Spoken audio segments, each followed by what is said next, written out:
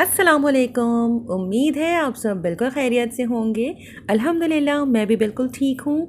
आज मैं आप लोगों के साथ बहुत ही इजी रेसिपी शेयर कर रही हूँ। मैं बना रही हूँ चूरोज़। चूरोज़ के साथ मैं सर्व करने के लिए बनाऊँगी चॉकलेट सॉस। इसे कैरमल सॉस के साथ भी सर्व किया जाता है। कैरमल सॉस अगर आप सर्व करना चाहते हैं तो उसकी रेसिपी ऑलरेडी मेरे चैनल पर मौजूद है। मैं उसकी लिंक डिस्क्रिप्शन में मेंशन कर दूँगी। इसे एज़ इट इज़ भी इंजॉय किया जा सकता है, बट चॉकलेट सॉस और कैरमल सॉस के साथ इसका मज़ा दुबाला हो जाता है। रेसिपी स्टार्ट करने से पहले अगर अब तक आपने मेरे चैनल को सब्सक्राइब नहीं किया तो प्लीज़ सब्सक्राइब कर लीजिए। तो आइए शुरू करते हैं।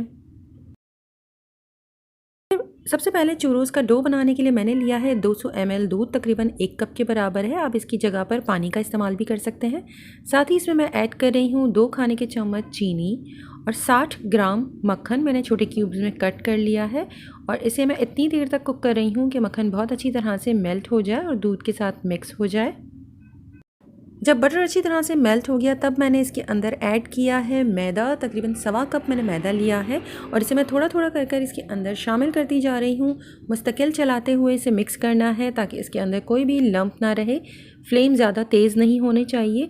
मैदा जैसे ही इसके अंदर ऐड हो जाएगा और आप जैसे जैसे इसे कुक करते जाएंगे ये सिमटना शुरू हो जाएगा और ये एक सॉफ्ट डो की फॉर्म में आ जाएगा। तो इसे इतनी देर कुक करना है जब तक कि ये बिल्कुल सॉफ्ट डो की फॉर्म में आ जाए और सारा मिक्सचर एक साथ सिमट जाए। जब डो अच्छी तरह से कुक हो जाए और तमाम डो सिमट जाए तब आप इसे चूल्हे से हटा दीजिए और इसे अब थोड़ा सा ठंडा करना है। इसे तकरीबन आप 8 से 10 मिनट तक छोड़ दें क्योंकि अब हमें इसके अंदर अंडा ऐड करना है। अगर हमने गरम गरम में अंडा ऐड कर दिया तो वो स्क्रम्बल्ड हो जाएगा। तो इसे थोड़ा सा कूल डाउन करने के बाद अब मैंने इसे 1 से 2 मिनट के लिए इलेक्ट्रिक बीटर की हेल्प से बीट कर लिया है ताकि अगर इसके अंदर थोड़ी सी भी गर्मी मौजूद है तो वो ख़त्म हो जाए।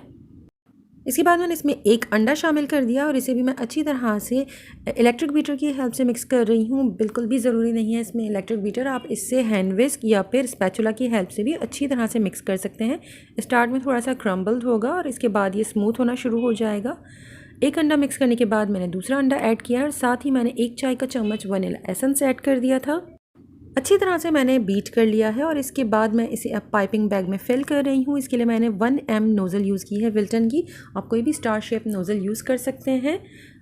चाहे तो इसे डायरेक्ट ही फ्राई पैन में पाइप किया जा सकता है, बट मैं यहाँ पर बटर पेपर के ऊपर इसकी स्ट्रेट लाइंस पाइप कर रही हूँ क्योंकि जब हम डायरेक्ट इसे पाइप करते हैं तब वहाँ पर बिल्कुल स्ट्रेट चूरोज़ तैयार नहीं हो पाते हैं।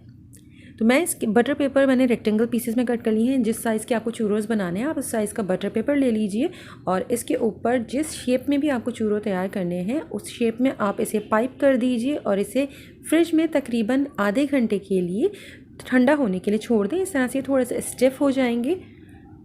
आधे घंटे के बाद ऑयल को गरम किया है मैंने और ज़्यादा तेज़ आंच के ऊपर इसे कुक नहीं करना है।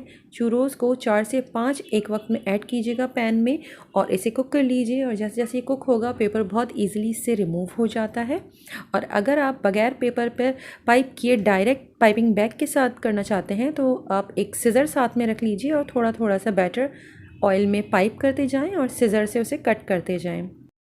चूरोज़ को गोल्डन ब्राउन होने तक फ्राई कर लीजिए और इसे निकाल कर किसी छलनी में रख लें ताकि एक्सेस ऑयल ड्रेन आउट हो जाए।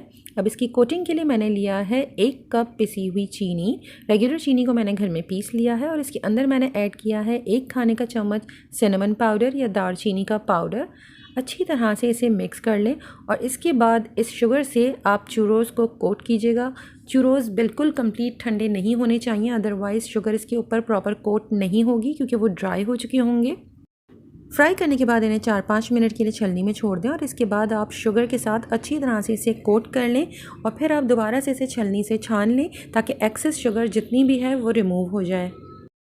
अब चॉकलेट सॉस बनाने के लिए मैंने पैन में लिया है 1 पाव दूध। इसके अंदर मैं ऐड कर रही हूँ 3 खाने के चम्मच चीनी, 1 खाने का चम्मच कोको पाउडर, 1 खाने का चम्मच कॉर्नफ्लावर और 1/4 चाय का चम्मच मैंने इंस्टेंट कॉफ़ी ऐड किया है और इसे मैं मुस्तकिल चलाते हुए इतनी देर कुक करूँगी कि ये थोड़ी सी कस्टर्ड लाइक कंसिस्टेंसी का हो जाए, मतलब थोड़ा सा स्लाइटली थिक होना स्टार्ट हो जाए। इसके बाद मैंने इसके अंदर ऐड किया है 60 ग्राम्स चॉकलेट। मैंने डार्क कुकिंग चॉकलेट यूज़ किया है। तकरीबन ये हाफ़ कप था चंक्स की फॉर्म में। आप चाहें तो इसमें चॉकलेट चिप भी ऐड कर सकते हैं। अब इसे आपको इतनी देर कुक करना है कि ये थिक चॉकलेट सॉस की फॉर्म में आ जाए। चॉकलेट सॉस को आप चूल्हे से हटाकर मुस्तकिल चलाते हुए ठंडा कर लीजिएगा, अदरवाइज़ इसके ऊपर क्रीम की एक लेयर बन जाएगी। तो जब तक ये रूम टेम्परेचर पर नहीं आता इसे वक्फे से थोड़ा सा चला लीजिएगा ताकि स्मूथ कंसिस्टेंसी का सॉस रेडी हो जाए। मज़ेदार सा चूरोज़ को आप चॉकलेट सॉस के साथ एंजॉय करें। अगर ये वीडियो आपको पसंद आए तो प्लीज़ लाइक शेयर कमेंट कीजिएगा और मेरे चैनल को सब्सक्राइब करना मत भूलिएगा। अपना और अपनों का बहुत ख्याल रखें। अल्लाह हाफिज़।